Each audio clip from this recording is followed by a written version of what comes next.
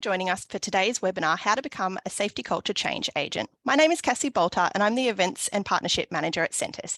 Today's presenter is Ben Carnell, Centus Head of Client Solutions. Ben leads the business function responsible for overseeing Centus's clients' partnerships and is an experienced psychologist. He brings a strong background in performance psychology across both high-performing sport and organisational contests. Thanks again for joining us. I'll now pass over to Ben.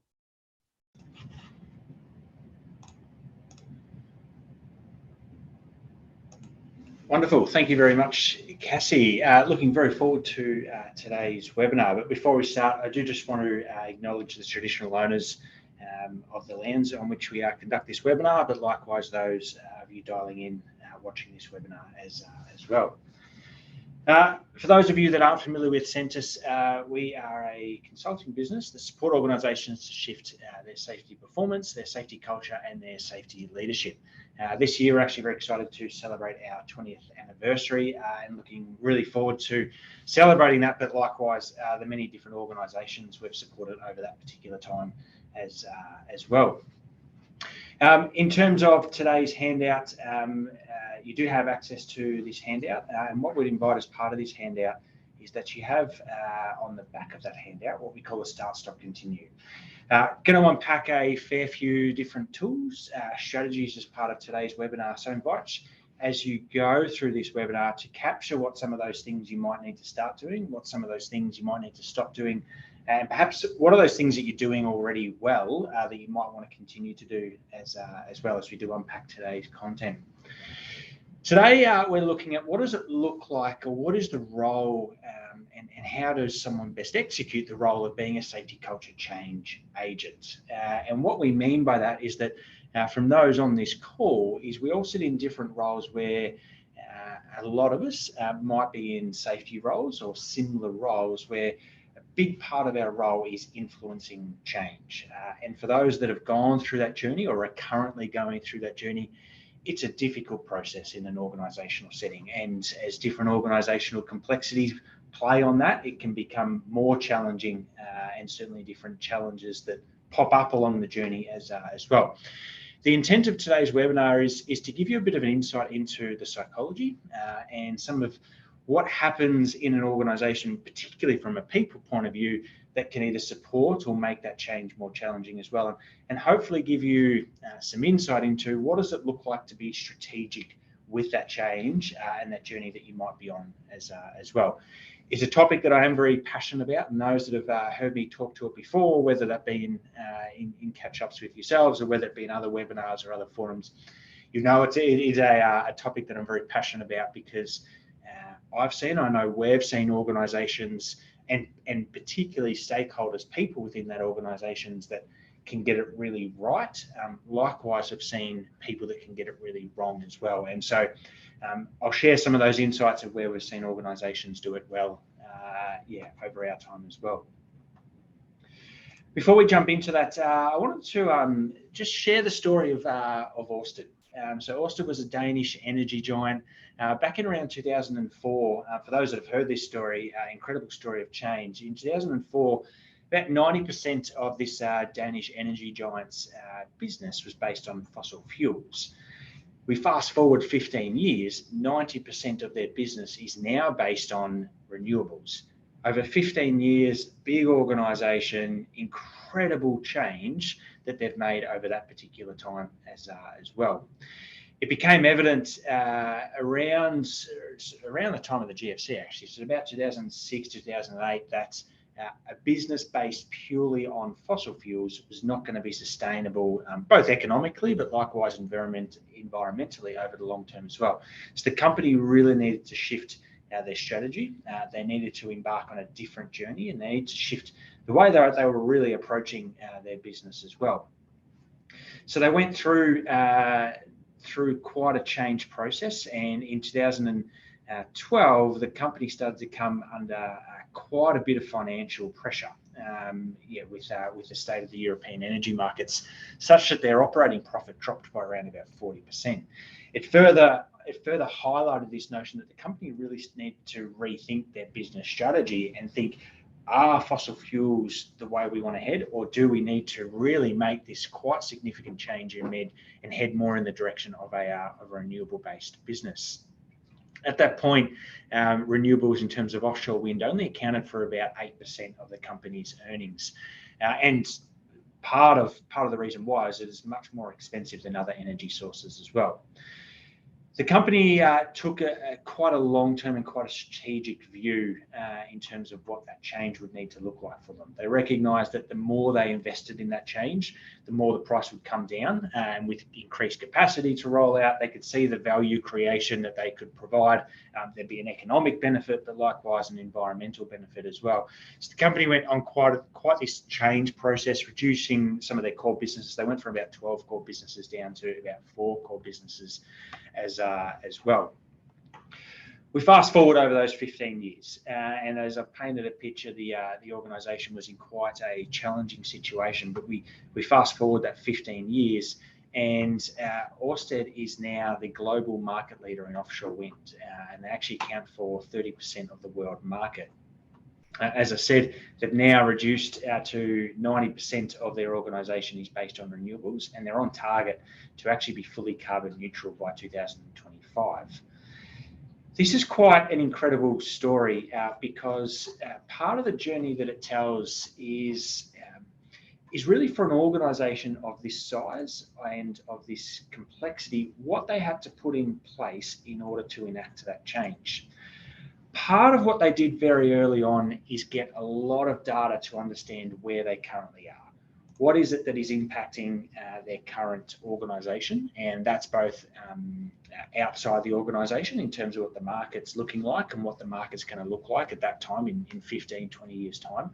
But also, how does the organisation internally feel about that? So they went through a process of collecting a lot of data so they were able to really, for want of a better term, have a scoreboard as to, okay, what's the current state of play?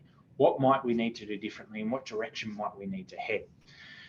Before deciding that is they formed a steering committee and brought the stakeholders, and that was obviously a changing stakeholder group over time, to come together to analyse that data, to understand that data, to pull in more data from other parts of the organisation or other parts of the business or outside the business, including that as well, to really unpack from a multidisciplinary point of view, what's the current state of play and what direction do we need to head in. They then went down the process of creating a very clear strategy and looking at if we're currently here in 2004, and as we get to 2006, 2008, as I mentioned, what do we need to do in order to get to where we want in 2023, but 2025 there as well. And then, as you would expect, they went through the process of implementing that change as well, and that continues to be the journey as well. What's fascinating about this particular example is, as I've described it, it sounds like, in many senses, quite an easy change. It was, yep, here's the current state of play, and here's the sort of organisation that we want to be in 15, 20 years' time. What's fascinating about this is that it wasn't an easy change. They came under quite an amount of scrutiny, and certainly their operating profits at various points were up against quite a bit of challenge, which actually invited them to, or raised the question to really think about, is this change the right thing for our business? Part of their journey, though, is quite incredible because they stuck to that strategy. They stuck to that plan. They had the data to inform part of that strategy, but they also had quite a clear story. They invited, as an example, across their organisation, they actually shifted their name to be Ørsted, but as part of that, the organisation was actually involved in identifying, well, what should the rebrand of our organisation be?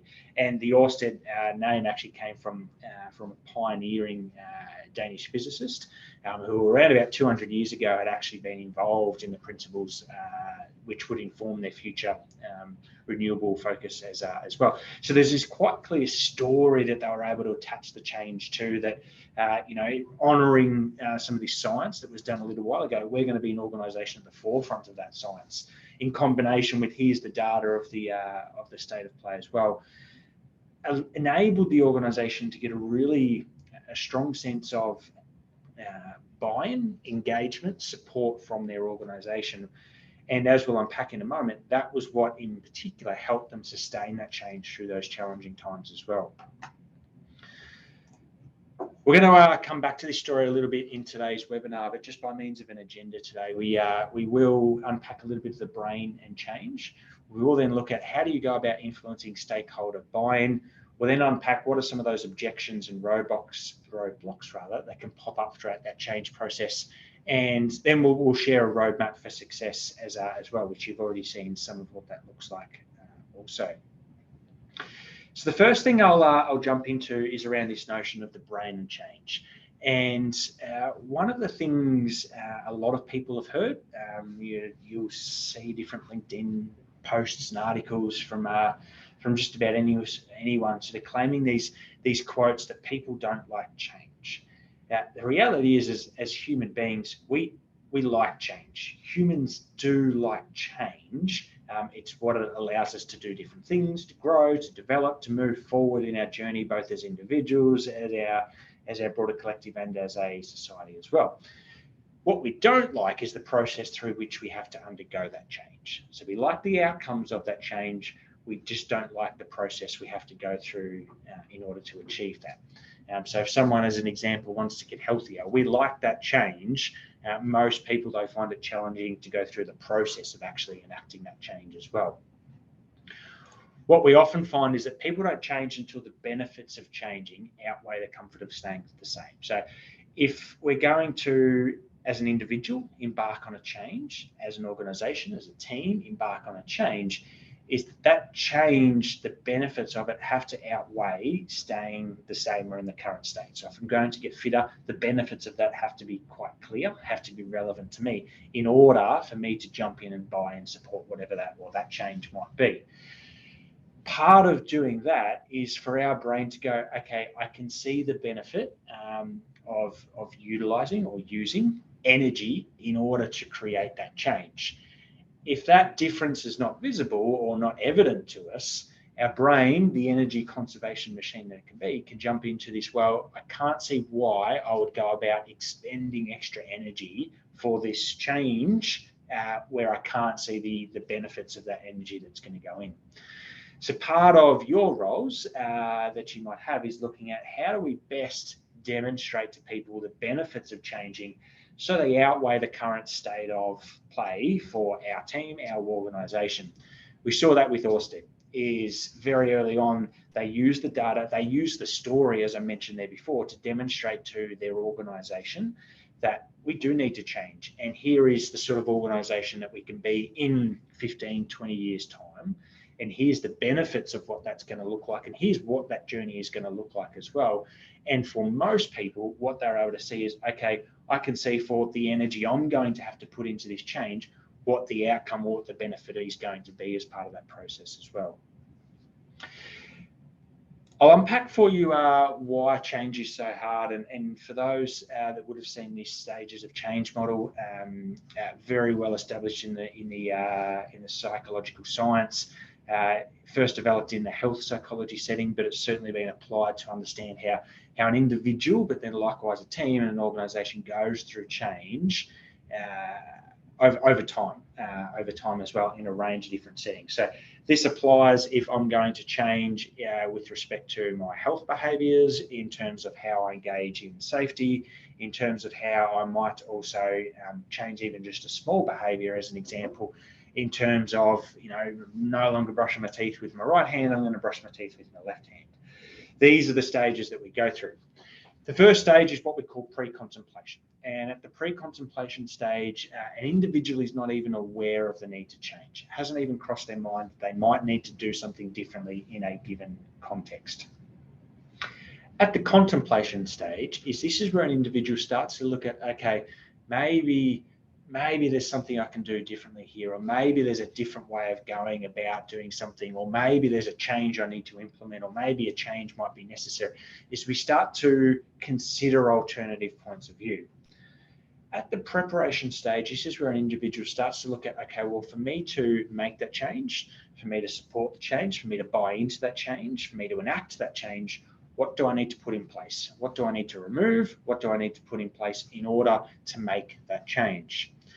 The action phase is then where that change is then, as the name suggests, implemented, and the individual, the team, the collective will make that change.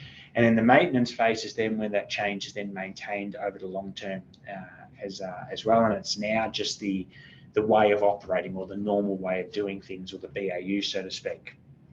As an example, is that, let's say my physio says, look, Ben, you need to just improve some of your strength and some of your mobility. You need to probably be a bit more active in the gym, or eat healthier, etc., etc. Now, if I'm at pre-contemplation, my physio might describe that to me, but it's going to go in one ear, out the other ear.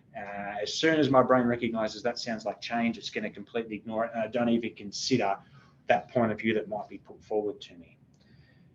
If I'm at the contemplation stage, this is where I start to go, yeah, okay, I hear what my physio is saying. I can see his point of view that he's making around why I might want to make that change.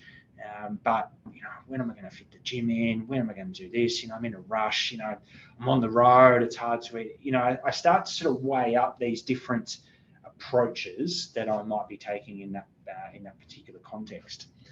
At the preparation stage, if I'm at the preparation stage, is I start to go, okay, I can see the point that my physio's got, and I can actually see the benefit of that outcome as well that he's describing. So what would I need to do to buy into that change, or implement that change rather? Look, I need some new runners, so I'm going to have to go get that. I don't really have a gym near me, so what do I do in order to be able to go to the gym more regularly? And what sorts of things do I need to change in my lifestyle in order to be able to eat healthier more easily as well? Is I start to look at, okay, what do I need to do? The action phase is then when I chuck the runners on, I head to the gym. There's some chicken and salad, at home after that, and I've implemented that change that my physio has spoken to me about. The maintenance phase is then where that's sustained over time. And for those that have gone through that change that I've just described, you know that going to the gym on a regular basis is hard to sustain. So the maintenance phase is then looking at, well, how do we keep that on track as well? An individual will move through each of these stages when they're going to enact, or when they're going to buy into, support, implement some form of change. This model, I will say, is one of the most valuable tools for a leader to understand in particular, and by nature of your roles, whether you have direct reports or whether you're in a safety role, you are a leader in your organisation. And so understanding where an individual or a collective might sit on this model is really helpful to understanding, what do I need to provide, put in place support with, in order to support this individual to buy into and to support this change as well. As an example, if I come back to the illustration I just used, if my physio starts telling me, the sorts of runners I should buy, and what sort of gym to go to, and goes, hey, look, here's this meal plan that I found really easy to follow, I'd recommend it. If I'm at pre-contemplation, that is, he can provide a meal plan, it can be written on paper. I guarantee that if I'm at pre-contemplation, I'll grab that piece of paper, I'll hop in the car, it'll go on the back seat, and it'll sit there for the next 6 months. Because the communication that's I'm being provided is not targeting me where I'm actually at in that change journey. Incredibly powerful tool, understanding where your team might sit, the team you're trying to influence might sit, where the individuals within that team might also sit as well. So how do you go about influencing change? And probably to that point is, how do you support an individual? How do you support a team? How do you support an organisation to move through those stages of change?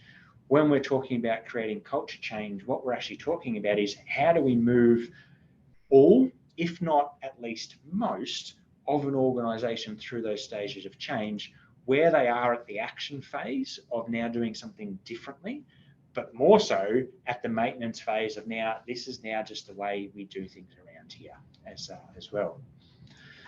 So I'll introduce to you another model here, which is incredibly powerful, which is the Nussbaum's model of complex change.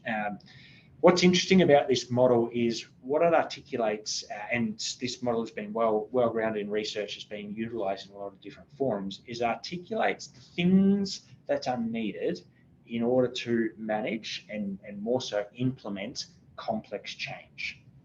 So these different elements are the why. So if I'm going to invite a team or an organization to change, I need to provide a vision, a why, or a direction as to here's where we're headed with this particular change. For us, as an example, here's where we are. Here's the sort of organization that we want to be. We want to be a carbon neutral organization by this particular time. It's the vision of where that change is headed.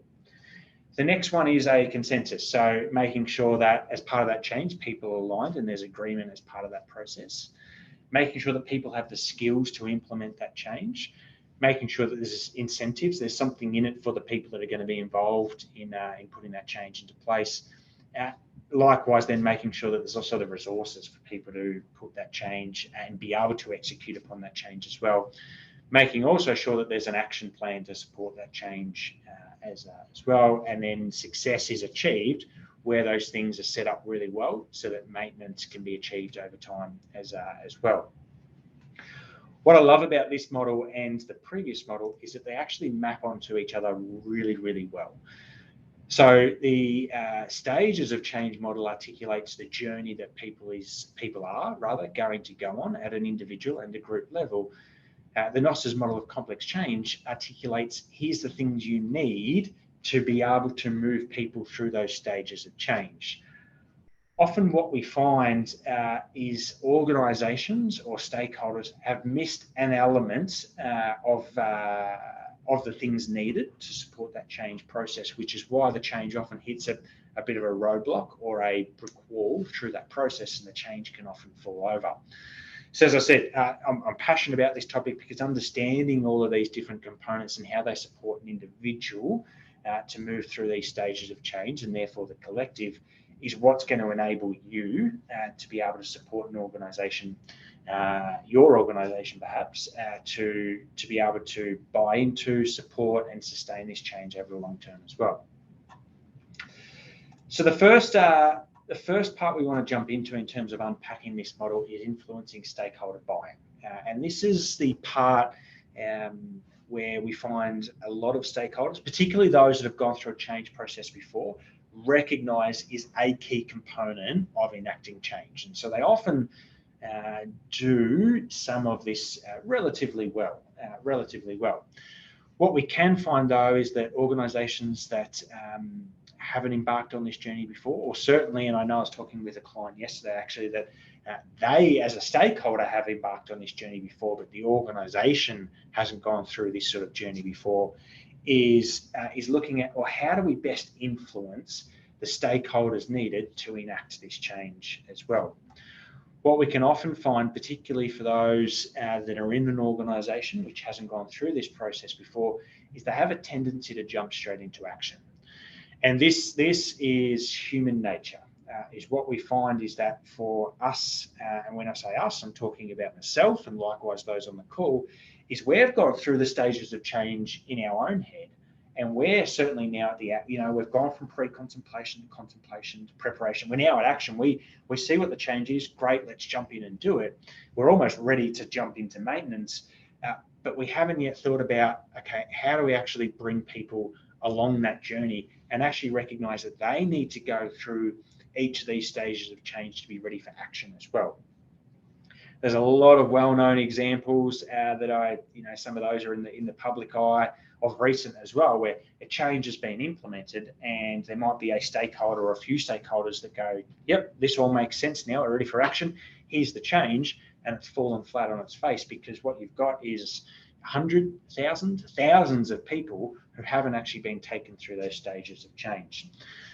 So the first question I'd invite is, as you're implementing a change process, are the stakeholders even aligned on what the problem is? Are they aligned on here's why we need to create this particular change in our organisation? We'll jump into the first part that's going to help facilitate this, is recognising that without a vision, without a clear direction of where we need to head, change is likely, very, very likely to fall over at that first hurdle. What we often find is an organisation will go about implementing change, and a stakeholder of some sort has a bit of a hunch that, yeah, I think we need to head in this direction. And so they jump straight into, let's do X, Y, Z. The challenge with that is we haven't actually, I'll go back to the previous slide, we haven't actually clearly identified the problem, perhaps in some cases I've seen for themselves, but actually for the other stakeholders that are involved in recognising where the current state is and where the future state might need to be as well. So understanding or recognising what that vision needs to be in implementing change is, yes, recognising what the current problem is that we're trying to solve, but also looking at what's the future state that we want to be at as well. Without that vision, without that direction, what you can often find is there's confusion about what the change may be. So as an example, and I've seen this a few times, where an organisation will go down the line of, look, we need to build safety leadership capability. Great, fantastic. We recognise it's a big challenge for a lot of organisations, but won't necessarily articulate why we need to head in this direction, or won't actually, probably more so, articulate, well, what has led us to or to call out or to make that commitment that that's what we need to do. And what that often creates is a lot of confusion. You can see this confusion play out over 6, 12 months and beyond sometimes, because this thing looks good and be great to do, but we haven't actually articulated, well, what was the problem, what was the challenge, and what would it look like to address that challenge as well. So without that vision, without that direction, you see a lot of people, and this can happen very early from the stakeholder team, from an exec team, being confused around what's the problem we're trying to solve, but also what's the direction that we're looking to head as well. So without vision, you will see people often feel confused about what you or the organisation is trying to do and why as well. Vision is that key starting point, and making sure that people understand where you might be headed and why you might be headed there as well.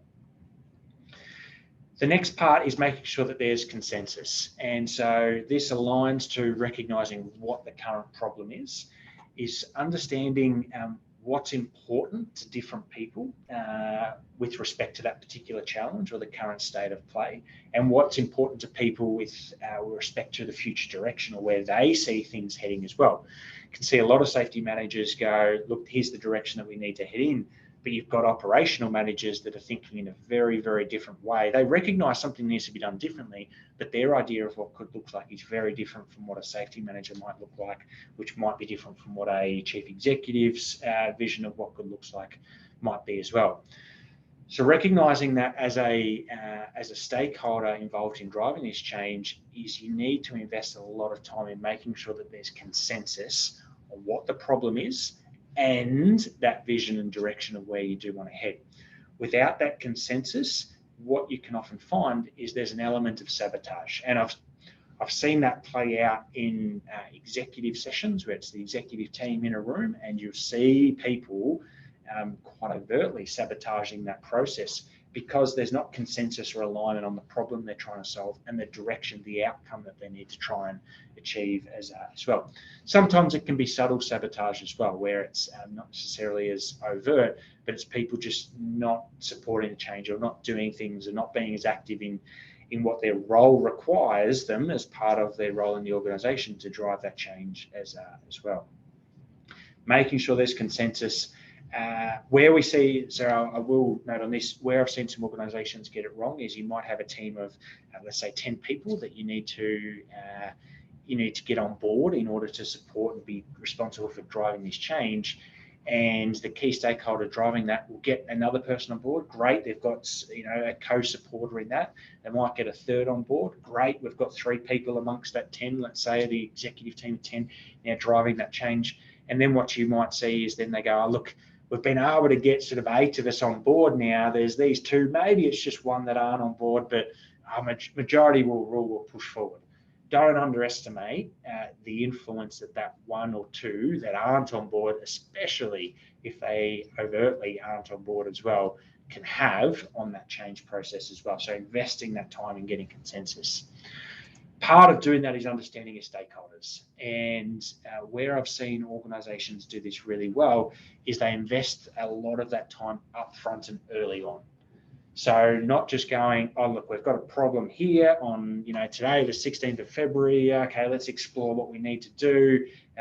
Let's do X, Y, Z over the next little while. And then, we'll be up and running by March 16th as an example. If that's going to be a big change, and it might be even a longer time frame than a month, is what does it actually look like to invest, and I use that word very deliberately, 6 months, 12 months prior to get stakeholders on board. The organizations that we see do really well is that change process doesn't rely on just that one stakeholder. They've been able to build an army of supporters to help them drive change, and they've built that over a period of time. So when it comes to articulating the problem, it's very, very clear. They're able to get people on board very, very quickly and able to achieve that consensus then of what the future direction might be. Part of informing this is recognizing that data has a big part to play. And we see this play out quite a lot in that some roles, understanding people's backgrounds sometimes, what their professional expertise might be, gives you an insight into the impact that data has on them in terms of some of the decisions that they make. But likewise, we can also see that some people are more influenced by the emotional part of it as well. What we would invite Norstedts, a great example of this, is they created a clear story around why they want to be this sort of organisation. Economically, environmentally, yes, but also recognising some of the historical science within the country as well. Often people are influenced by both. Some people, one more than the other, but people are often influenced a lot by both. And we know that human beings are not typically rational creatures. And so recognizing that emotional component, that storytelling, has a big part to play in getting people on board with the change. One of the, I will just call this out as well, because I think it's an incredibly powerful part of having a vision that's often forgotten, is people go, yep, we need a vision so that people know the direction that we're headed in. The other power of a clear vision, a clear direction, and a consensus on that is that as you go through that journey and as people are met with stucks or roadblocks along the way, having a clear vision of where you need to head helps people to problem solve and work around what that stuff might be in order to get to that particular outcome. An example I might use to demonstrate this is, let's say I say to everyone here on the call, look, hey, let's meet for lunch tomorrow. Let's meet. We'll meet just near. We'll meet just near my place as an example. Let's meet on Racecourse Road for those of you that know Brisbane. Great. I've provided a vision, a direction. Some might say, I don't know, this is quite a simplistic example of where we want to be and by when tomorrow. The challenge is that Racecourse Road is relatively quite a long road there, and there's different restaurants and cafes along that road there. And so some of you might approach from the north and some of you might approach from the south tomorrow. And let's say partway down that road, there's a roadblock. They're doing roadworks, whatever it might be. There's a big detour in place, but you can't get down to the other end of the road. What I will likely find tomorrow is that the people that approach from the north will get to that roadblock and go, well, maybe let's just wait here or wait to hear more, or maybe we flick Ben a message maybe, or we'll just sort of wait here to find out what's happening. Those approaching from the south, likewise, the same as well. And what we actually find is that, yes, everyone's in the same area, but we haven't actually achieved that target. Now, I should have articulated where we need to be more. And the value in doing that is that if I said, hey, let's meet at this particular restaurant at this particular time, is as people approach from different directions and they're met with that roadblock, is people then feel empowered and feel like they have enough clarity and understanding to go, okay, well, I need to be right there. Here's how I can overcome this particular roadblock, or I can go around this way, or we might need to, I'll reach out to Ben and see about how we go about changing the plan here to accommodate for this particular stuck, rather than just going, well, we got as far as we could, we'll wait to hear more. Now, again, simplistic example, but we see that play out in a lot of organizations. Orsted did this really well, so that as different challenges popped up, and some of those micro, some of those macro challenges, people were able to go, well, I know we need to be here. I know we need to be at this restaurant at this time, So what strategy to overcome this roadblock will best enable us to get there as well? Want to expand on that point a little bit more and look at, well, as part of this change, you're going to come up against objections, you're going to come up against roadblocks.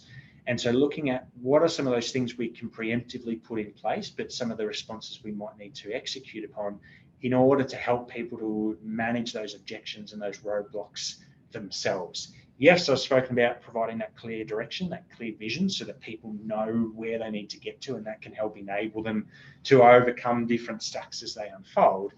But often what you'll find is as you go through a change process is you'll hear different quotes like, well, so we're supposed to be the ones here, or yeah, but what about that stack, or what about that challenge here, or yeah, but isn't that meant to be happening at the same time as well, or who's going to do this change, or why does this sit with me, or this is all well and good, great, be great to meet at that restaurant there, but we've got, how are we going to get there in time? All of these sorts of things that start to pop up that can spread very quickly across an organisation as well. As someone raises a flag and someone goes, yeah, actually that's a good stack for us to be able to support that change. I agree with that one.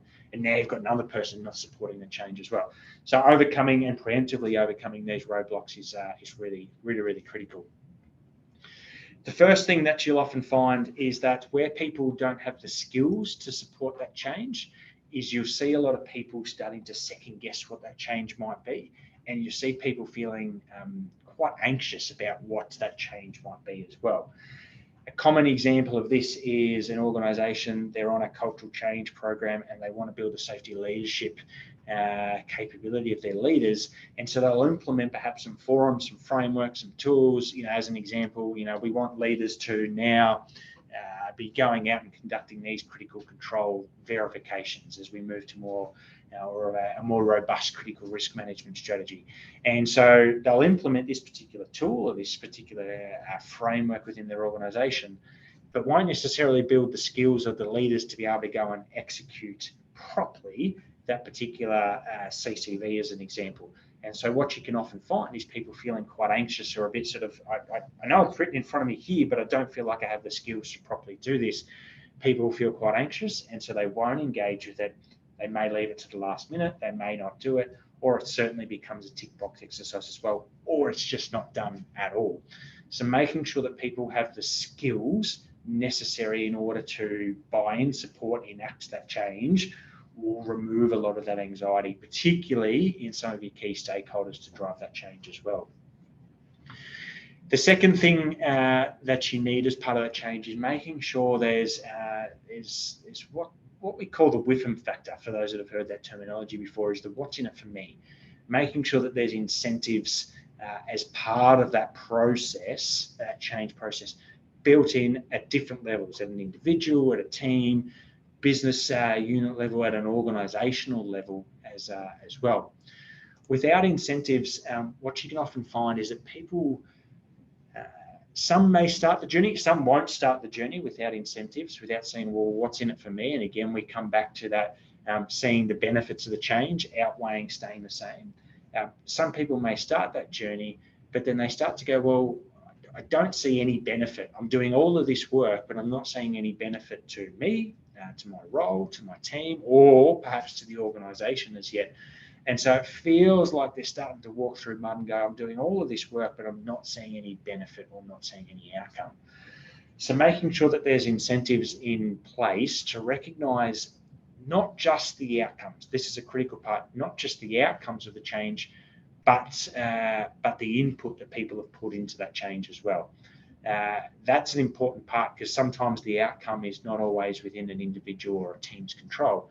And so recognising what people have contributed to the change, yes, tying it to the outcome if that's been a positive outcome, but recognising what people are doing, the energy that they're putting and exerting into that particular change. You've got to look for different ways, frequent ways to be able to recognise and incentivise that as well. Some of that can be your simplistic things, and we worked with a site a little while ago where the team and the change and what they've been able to achieve with that change, they just wanted a Friday barbecue. That's what the team was looking for, and it can be something as simple as that. or it might be looking at other things in terms of opening up other opportunities for those particular individuals involved. Likewise, though, it can just be as simple as just recognising people, just taking the time to call out the good work that people are putting in. That's often a forgotten part of safety, is as people go through a change journey, is they'll still call out the things that aren't working, but let's say our reporting might have increased quite a bit. Recognising people for the work they've put into that reporting and what that reporting has led to, so that people can see that, the fruits of their labour, in a sense as well, for putting in that extra effort. You incentivise that, you start to establish it more as BAU. If people don't experience this, and this is a hard one, because often if people need to see incentives, we know that we're more attuned to where the negative experience. So if people feel like they haven't done something right, and that's acknowledged in a way, they will tend to focus on that. So we need to counter that with really incentivising, recognising where people have bought into, supported that change, how we're making traction along that journey as well. Doing so prevents people from resisting the change as well. And I've certainly seen that where a change has been implemented and that's been supported initially, but then people have been recognised, but sort of tokenistically, and so people start to disengage from that process, or certainly resist that change over time as well. The next area you need to consider is making sure that people have the right resources. If people don't have the right resources, and I think this has been a challenge for a lot of organisations over the last couple of years in particular, is making sure that people have the resources. Time is a resource, remembering that as well, to enact that change. Is that if we're going to now ask people to, let's say as an example, we want to improve our reporting culture.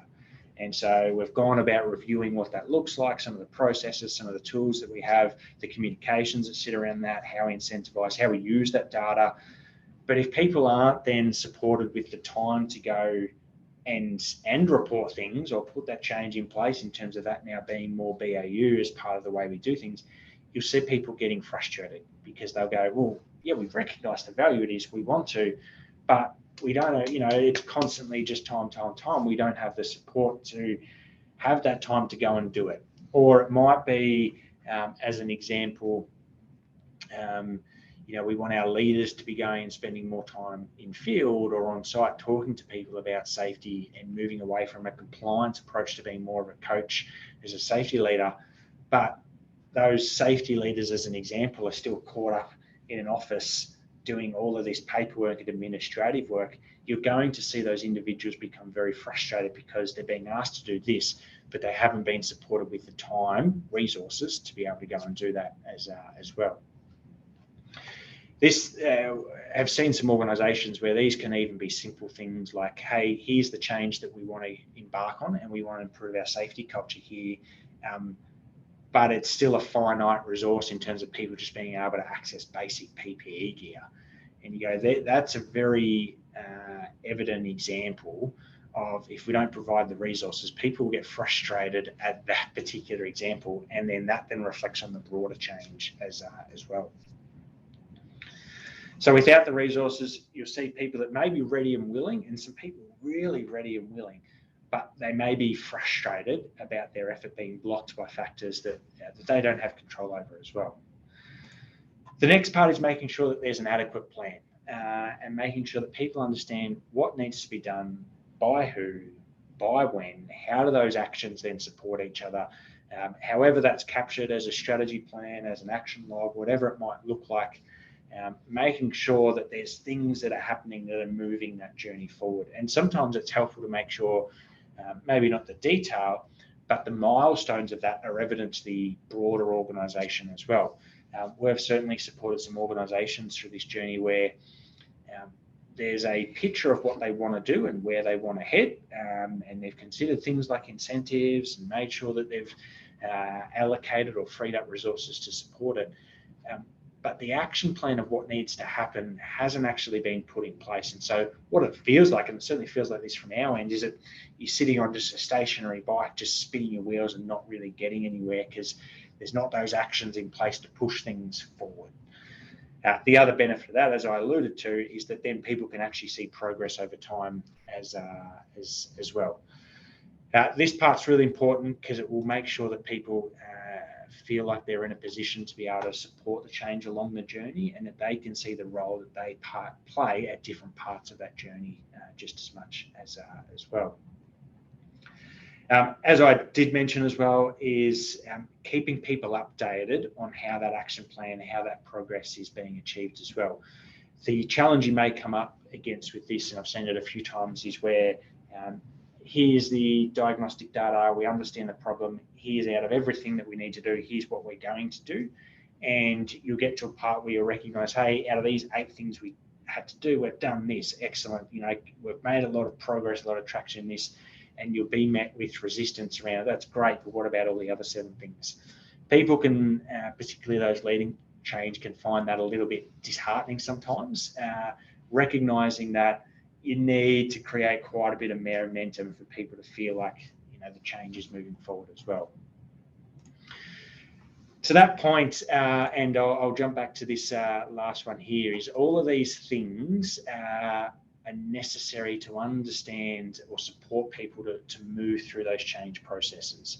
Often what we find is that people are perhaps good at doing the vision and consensus, but don't necessarily properly or sufficiently consider the other elements that they need to have in place in order to be able to support people to move through that change as well. So what I'd invite is really a reflection and coming out of this webinar of looking at, okay, well, how well have we prepared your people for this change process? Perhaps we've done some of these elements really well, but perhaps there's other elements that we haven't considered, or we've perhaps brushed over because at the time it didn't feel like a big stuck. So as an example, yeah, we felt like we had enough resources to enact this change, but things have started to change now and we haven't revisited that to make sure that we do have the right resources for people. So how do you go about this process? And the first stage is collecting data. Before you embark on any change, collect data. What's the current state of the problem? How well resourced are we? Do people have the skills? What sort of incentives might be useful for people as we go about this change? Starting to understand all of those pieces before jumping into articulating the direction you want to go, but also the steps or the things you put in place to support that. This part is really, really important, that is so often skipped, and we'll see organisations invest huge amounts of energy, money, resources into rolling out some form of initiative, but how well have we actually understood the problem to start with? And in very transparent honesty, it's this stage that often separates those that want to make an impact within their organisation from those that want to be seen to be making an impact within their organisation. And they're 2 very different things, and part of it is understanding the current state of play. So there's an evidence-based approach to the change you're embarking upon. The next one is forming a steering committee. So who are those key stakeholders that are going to be responsible for driving this change? Those that have most success of this recognise that it's not just about them and their individual win. And there's a number of people that we work with in organisations that it doesn't have to be them and their win within the organisation. They can bring a team around them to help drive this change, and it makes it easier over the long term. It also means that it's not reliant on just you as the individual. That one's a really critical part. And I'm often asked, what's the difference between those organisations that do it well and those organisations that perhaps don't as well? And that's one of the key parts, is having a stakeholder that recognises this is not just about me and me getting the win. This is a broader organisational change. As I mentioned, making sure that there's a strategy. How will you execute that strategy? How will you measure success, and not just collecting data now, making a change and measuring in 3 years? What are some of those data points you'll use along the way to make sure that we're on the right track? Similar to, you'll have an itinerary and you'll have a timings around where you might need to get to by when. If you're going on a big road trip around Australia, likewise, you need something similar with a strategy. Okay, here's where we want to be. Here's what we're going to do first, the first leg, and here's how we're going to know how we're going with that particular part of the journey. Then here's the second thing we're going to embark on, etc., etc.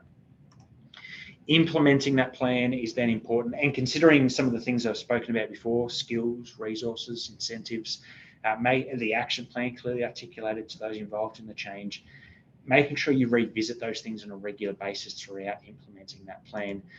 And then looking at, well, how will you keep your finger on the pulse? What are some of those things that you'll have in place to make sure that you've got a scoreboard of how you're tracking? Because that change will need to pivot. It will need to accommodate for different complexities along that journey as well. So making sure that you've got that in place. The example we use is one of the clients that we work with, a mining client. So big organisation, 4 sites, a bit over 1,700 people around about. Is they went on quite an incredible journey and quite a big shift in their organisational culture, and recognised they really needed to shift their culture. They collected data up front. They wanted to understand, well, out of all of these dials we can turn up, turn down, push forward, shift back, which ones are going to have the most impact on getting us from point A through to point B. They had a regular steering committee. They brought stakeholders from across different parts of the organisation who are going to be responsible for driving this change. It was then a strategy that was then developed, and senior leaders, executive team were involved in this, and that was a key part of making sure that it was a priority for the business, not just at an operational level. It was a priority for the business, and that key people within the business had skin in the game as part of that as well.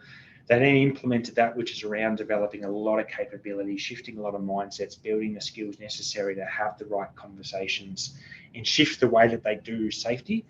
And then went about embedding that through quite a rigorous approach, a whole heap of different activities, and then looking at what's the scoreboard we're going to use to make sure that we're continually adjusting this change, recognising that change is not a destination, it's an ongoing journey. Huge success as part of that rollout. They had a 45% reduction in their LTIs. Their high risk reporting, high potential reporting rather, went up by about 5 times. Their leadership engagement across all levels improved significantly, and their safety culture maturity improved and continued to do so after that next diagnostic as well. What they recognised, and we see a lot of organisations getting right as well, and we're seeing this more and more as well, is that change is not as I mentioned, just a project. Change is an ongoing journey that gets revisited, that gets updated, gets tweaked, gets adapted along the way to deal with different complexities as they pop up. And so recognising that, well, how are we going to maintain this over time? Is how are we going to keep people engaged, energised?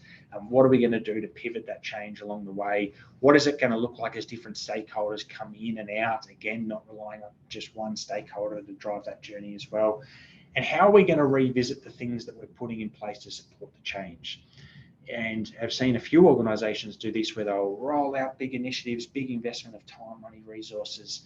They get to the point where it's great, people are seeing the change, they're buying into the change, they're supporting the change, and in a good way, it's BAU to some extent. But what are we doing to make sure that that's sustained, that now becomes the way we do things around here on an ongoing basis? And sometimes that's revisiting, okay, what additional skills do we need? What's the next, if we've reached our vision, what's the next part of that that we're going to start looking towards? And what are some of the things that we might need to consider to set that up for success as well?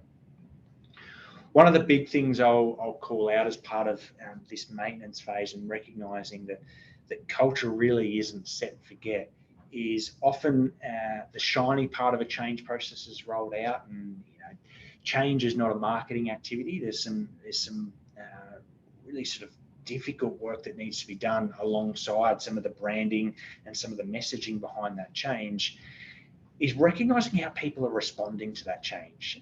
Change, as I mentioned, there's an emotional response to change. And so as you start to see emotional responses from individuals, from different parts of your organisation, what I invite you to consider is, what emotion am I seeing back from people, and what sorts of things are telling me it's that particular emotion? And using that data live to then look at, okay, what maybe haven't we provided enough of? Or what more do we need to provide of? Is it, we're seeing people start to feel anxious as this change is evolving now. Okay, have we made sure that the skills have kept up with what that change might need to be? Are we seeing people start to all of a sudden just start to resist the change? Have we Have we stopped, recognizing, incentivizing people for the energy they're putting into the change and the progress that we are making? Are we seeing people start to all of a sudden sabotage this change process that previously they've been on board with? And is that actually reflective of something else perhaps that's happening, which is now impacted upon that consensus we may have had earlier on? Is it that, and this is an important one, we've stopped embedding, we've stopped integrating, we've stopped utilizing that picture of what good looks like, and now all of a sudden people aren't quite clear? Is that the direction we're still heading in? I haven't heard anything about that for a while. Is that still relevant as well?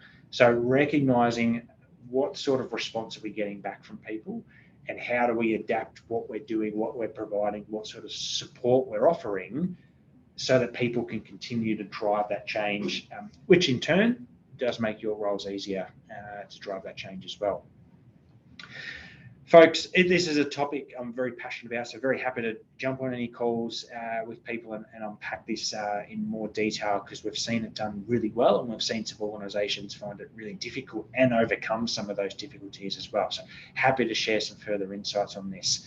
But what we do have coming up, for those that haven't seen this, is our Safety Leadership Masterclass. And this is targeted, or suitable rather, for people like yourselves, in terms of those that are trying to understand, well, how do I critically analyse and how do I critically analyse my organisation to understand how you might be able to support your organisation on that journey? What are some of those principles around the psychology of change, and how you might go around supporting your organisation through that? What's some of the business acumen that you need to support that change as well, recognising that safety sits within a broader business context as well? And how do you, as a safety leader, use your skills to foster some of that psychological safety, the high-performing team you need around you in order to be able to support, manage, enact some of the complex change that often sits as part of safety culture journeys as well.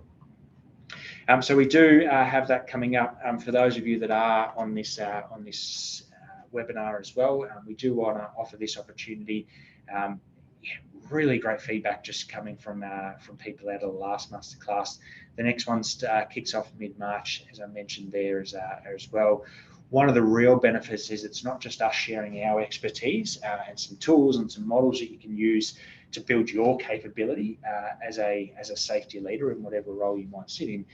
You also get the opportunity to meet with others that are in similar boats, and to share stories, to share examples, to challenge each other, and to build a peer network within that environment as well, beyond just hearing from those of us within Centus also. There's a poll up on the screen at the moment for those that are interested. Please do feel free to click yes if you'd like to get more information. Other than that, if there's anything that I can share further, as I said, I love talking about this topic, so happy to hear from anyone if they do want to explore this further. And we can jump into a bit more detail of a topic that I know is very close to a lot of people at the moment, and looking at how they best navigate complex change. Thank you, Ben. I've had a few audience questions come through. So first is, what are some examples of incentives for non-profit or government organisations, i.e. no money? Yeah, that's a good question. I think as part of that, and regardless non-profit or for-profit, money is not necessarily the right incentive, because that's not the right incentive necessarily for everyone. And so I'd actually invite, what's the story you're putting behind it in terms of what's it going to feel like in terms of the place that we work? What's this going to look like? I had a question from a client actually this morning in terms of, well, how's all this change impact people at home? And so starting to call out and recognise some of those impacts that it can have on people beyond just a financial incentive. And often would actually probably recommend, regardless, you move away from a financial incentive attached to a safety culture change. That's a whole nother webinar in itself. But looking at what are some of those intrinsic motivators for people to want to engage in that change. That's the key part. So extrinsic motivators like financial rewards as an example, they're great, but they're not always suitable. And the byproduct of those is actually providing those is you can actually impact upon the inherent intrinsic value that can be there for a lot of people as well.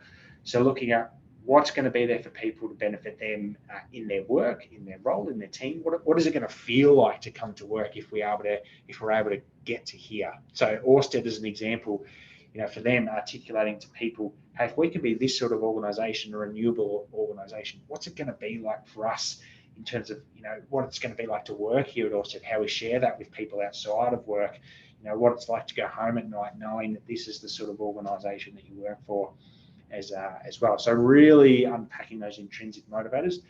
Doing that is, to do that, you need to understand what those intrinsic motivators might be for people. And sometimes that comes with diagnostic approaches, sometimes informal approaches, just talking to people, understanding why they might want to go on this journey as well. Thank you for that. I'm conscious of time. There's just one more question we might just answer before we finish up. How does fatigue of change or too many change initiatives affect the process of change? Yep. Yeah, that's a common one where we often see change implemented and you'll hear feedback come through diagnostics or from just hearing anecdotally. People say, here we go, next fad of the month. We've seen this before, been there before, got the postcard. What's this one going to look like? What I would invite is looking at what's the story that you provide in terms of how those different initiatives tie together. So as an example, if you're going to undertake a safety culture program, as an example, and there's all the different things you need to do to set that up for success. If you've done one in the past, what's the link between those two things? And providing that link not only articulates the journey, but also sets future ones up for success as well. Organisation working with at the moment, they've been rolling a safety leadership program out now for 4 years, huge success. But with some other challenges happening in their organisation, there's some other things that they need to do to address their culture as well. And so what we're actually looking at doing now is, for each of those initiatives, what's the linkage between each of those things? So as this one starts to become quite a prominent initiative, they can see that it's a continuation of the journey that you're already on as well. It not only sets the current journey up for success, but the journey you'll continue to go on in 3, 5, 10 years, because there's that linkage that it didn't feel like, oh yeah, that one stopped and then the next one started. Providing that continuation, revisiting what that vision looks like and attaching it to that direction that you're looking to achieve is really key as well. Thank you very much, Ben. And on behalf of Centres, I'd like to thank everyone for joining us today. We look forward to having you join us for our next webinar, The Invisible Injury, helping your leaders understand and address psychosocial risks, which is on Thursday, the 2nd of March. Until then, stay safe, everybody.